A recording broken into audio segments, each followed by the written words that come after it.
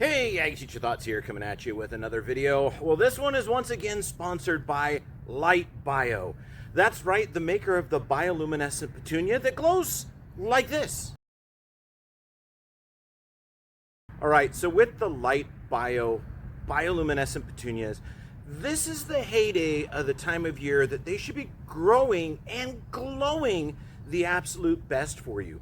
But some of you may be noticing that your blossoms are mysteriously disappearing overnight. Now, there's many causes, but when it comes to the height of summer, the most likely cause is an annoying garden pest called the budworm. That's right, the budworm does damage to blossoms like this. Now, with the budworm, that is a caterpillar that does feed primarily on blossoms, but will switch to foliage in the absence of blossoms. And they're a really hard one to find. Now, some people have said you can go out into your garden and find the budworm with a UV light. Check out this video. Doesn't work for budworms. But anyway, if you've got budworms, I'm going to show you how to identify them and then how to treat them so that you make sure that your firefly petunia has the most blossoms for you to enjoy in these perfect days of summer with those warm summer nights where you can sit outside and absolutely enjoy the glow of your Light Bio bioluminescent petunia. Now with the budworms, there's a couple of things that we could do to manage and control them. The first one is what a lot of gardeners do, which is to do nothing. And fair enough, you know, applying chemicals or biological agents to your garden may be a little bit intimidating. It might be against your own personal gardening beliefs, and that's okay. You know, that's all right for us in our garden. And there are a lot of biological predators that will work at eliminating some of the budworm in your garden.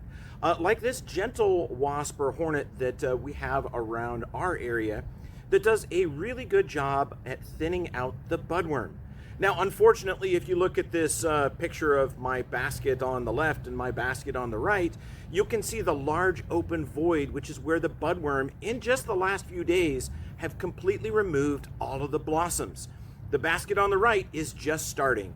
And to me, that tells me it's time to do a chemical or biological application because the wasps are no longer able to take care of all of the budworm. So the first and safest option that I recommend for people with bioluminescent petunias is going to be Bacillus thuringiensis, otherwise known as BT.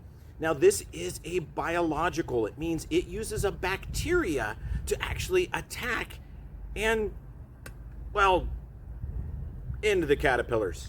You know, they go to the big plant in the sky. Now this is kind of an insidious biological. This bacteria goes into the gut of the budworm and it forms long, sharp crystals that eventually pierce the digestive tract of that caterpillar, thus disabling its ability to eat and absorb nutrients, and sadly the caterpillar does pass away after that. So this is probably one of the most common things that's used is BT, Bacillus thuringiensis. Now, the one issue with BT is it is expensive. I think this bottle cost me about $14, and I actually go through multiples of these bottles as I go throughout the summer. One of these bottles is enough to treat, 5 to 6 containers for a couple of weeks, and then you need to get another one. This is available at most garden centers and large big box retailers, or you can buy it on Amazon. Again, BT. Now, one of the things that most people actually want to avoid in the garden is putting down a broad spectrum insecticide. This is kind of your last resort. If your infestation has gotten to the point where you no longer have blossoms of any kind, the BT is not keeping up, you may have to move to a chemical application, which unfortunately is going to be something like 7.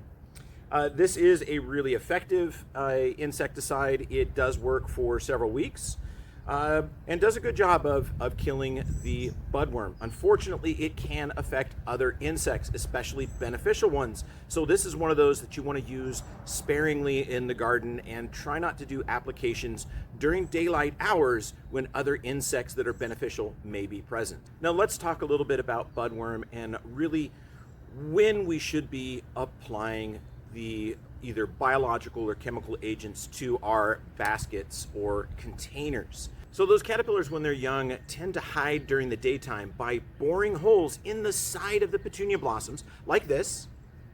And that's where they spend the daytime when they're small. When they're bigger, they can't fit inside the blossoms anymore, so they tend to hide back further in the foliage and then emerge as evening sets on.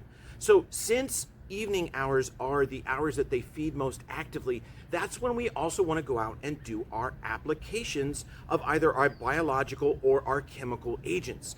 Now, the biological, it is very important to do that in the evening hours because it does need to be directly consumed by the caterpillar to do its work.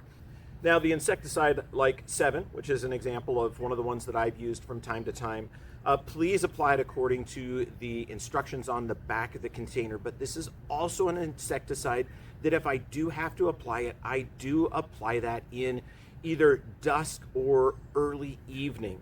And that makes sure that all of my beneficials have actually gone to bed and they're no longer out there working on the blossoms. And it also is going to give you that opportunity to actually directly contact those budworm caterpillars when they're out and feeding actively on your blossoms. So again, this is another one of those that we need to get them, but the best way to do that is in early evening hours or nighttime doing an application there. Now, with all chemicals and biological agents, it's very important that you look at your local rules to see which you can apply in your area. Some chemicals are restricted in different regions, so you have to make sure that you're not actively using something that's restricted. Generally, your biologicals are pretty much safe, but a good rule of thumb is if your big box store sells it, it's probably okay in your region, but please check with your governing officials. Now, with all of these, please make sure you're also following the personal protective equipment regulations or requirements that they put on the back of the container. If you're missing your regulation sheet, you can generally find those on their websites. But anyway, I hope this helps you identify what budworm damage looks like, which is like this, what the caterpillar looks like, which is this, and some of the options of chemicals that you can use, which look like this. Now, I hope that after applying those chemicals, which are going to take a few days to take effect, your blossoms will return on your firefly petunia and you can have that glow back. Now, any other questions you can drop on any of Light Bio's social media or directly on my YouTube page, which is youtube.com/agteacherthoughts. And anyway, I hope you have some happy growing, some happy glowing, and as always, I hope you learned something. I hope you enjoyed Ag Teacher Thoughts.